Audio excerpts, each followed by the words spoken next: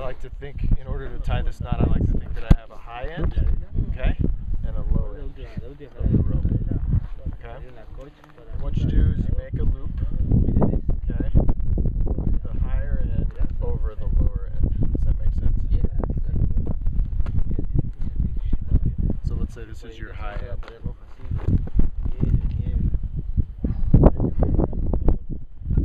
Yep. Okay. Oh yeah. Thanks. Thanks. Then you make a second loop, just like the first one, with the higher end on the lower end. Right under? Just right by it, not under, but just right. So you have two loops side by side, and the higher end is over the lower end. Does that make sense? Yeah.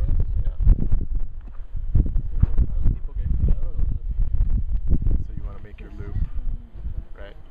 Like that. Does that make sense? Yeah. Okay. So now you take the lower loop. Do you know what I mean by lower? Yes. This So one. exactly, yeah. You take the lower loop, you put it over the upper loop, the higher loop, like this. Then you put this.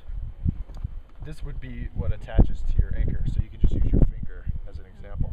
So you put it over your finger, and you tighten it down like that, and that's the knot. So now you can see if you pull on it, it holds. Right. Yeah. Yeah. And so that's how you would tie. If you don't have an end of a rope, that's how you would tie into something. Okay. Does that make sense? Yeah. Yeah.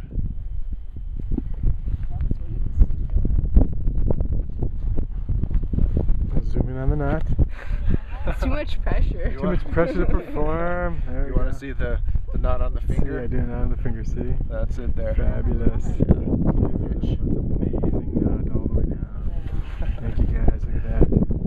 That's amazing. Too much pressure. Too much pressure.